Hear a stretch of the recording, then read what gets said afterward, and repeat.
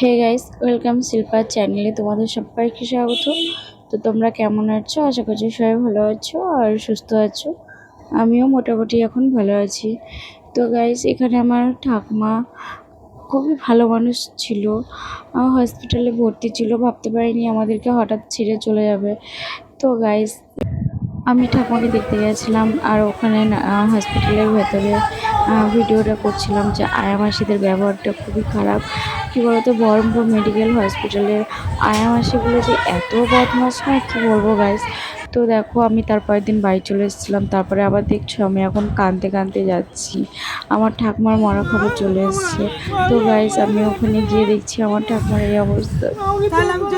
তো গাইস, এখানে দেখো আমার পিসি কান্নায় ভেঙে পড়ছে। এটা ছোট পিসি, মানে ওদেরকে বোঝাতে পারছি না যে কি বলবো। আর এখানে এটা হচ্ছে আমার বাবা।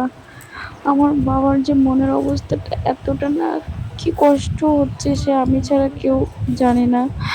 তো গাইস, 1 বছরের মধ্যে বাবা গেল, মানে বাবা মারা গেছে, আমার বাবার বাবা মারা গেছে, মানে আমার দাদু, তারপরে ঠাকুমা।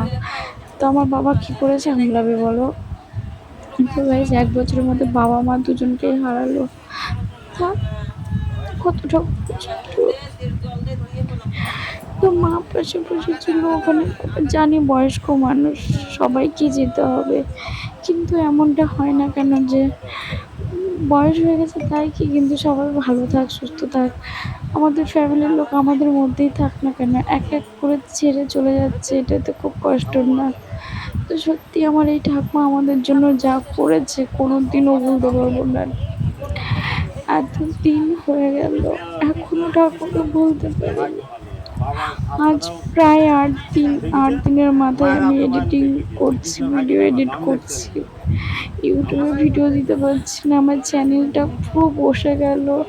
তো গাইস, একটু সাপোর্ট করো, একটু হেল্প করো। আমি এতদিন ভিডিও দিইনি এই কারণে যে আমার ঠাকুমা চলে গেছে, আমি আর ঠাকুমাকে পাবো না।